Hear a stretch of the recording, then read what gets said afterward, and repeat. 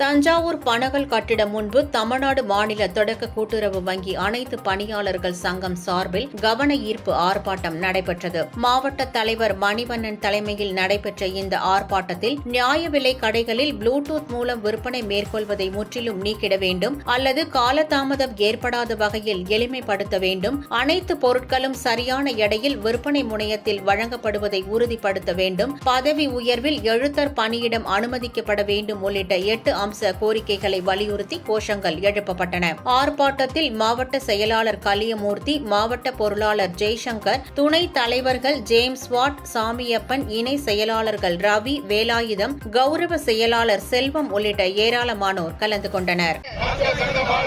வாழ்க வாழ்க வாழ்கவே, காப்பியா சங்கம் வாழ்கவே, வாழ்க போராட்டம், ஒன்றுபட்ட போராட்டம்,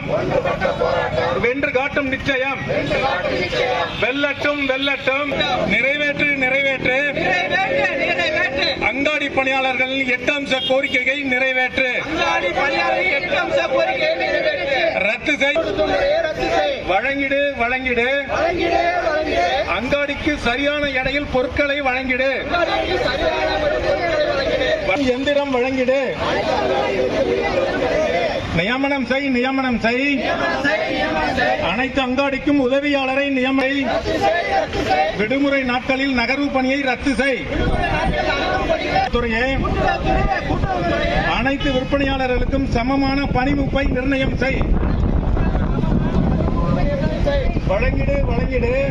சம வாய்ப்பை வழங்கிடு,